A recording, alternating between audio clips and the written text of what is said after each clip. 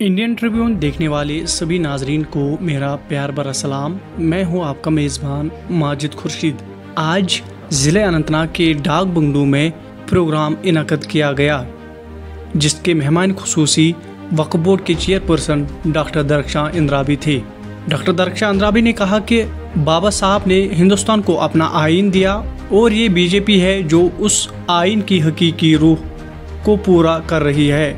उन्होंने ये भी कहा कि कांग्रेस और उसके कौमी इत्तेहाद अपने अंदरूनी इख्तिलाफात को अच्छी तरह जानते हैं। वक्फ बोर्ड के चेयरपर्सन डॉक्टर दरख्शां इंद्राबी ने वक्फ तरमीम पर सुप्रीम कोर्ट के मशाहिद का जवाब देते हुए कहा, अगर कोई हिंदू वक्फ का हिस्सा हो सकता है तो क्यों कोई मुसलमान हिंदू तंजीम का हिस्सा नहीं बन सकता। उन्होंने मज़ीद कहा, सुप्रीम कोर्ट और हम मुकम्मल आर्डर जारी होने के बाद ही तबसरा करेंगे। Majid Khurshid, Indian Tribune, Anantnag.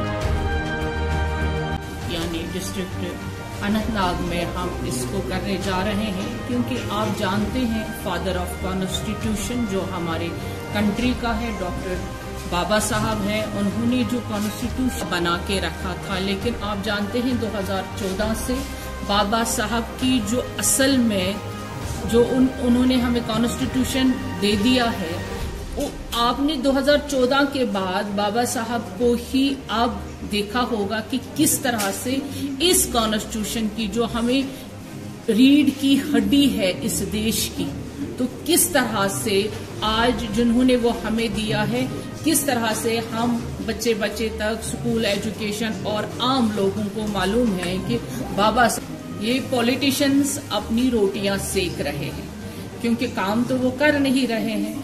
अब उनको ये रोटियां तो सेकनी है। अदरवाइज आप देखिए आम लोग जिनको वाकई में मस्जिदों से जो 5 वक्त के नमाजी हैं, दरगाहों में वो आते जाते हैं, वो सेफ हैंड्स में हैं। खुदा ना खास्ता कोई किसी को कोई जिम्बिश भी नहीं है, कोई परेशानी नहीं है।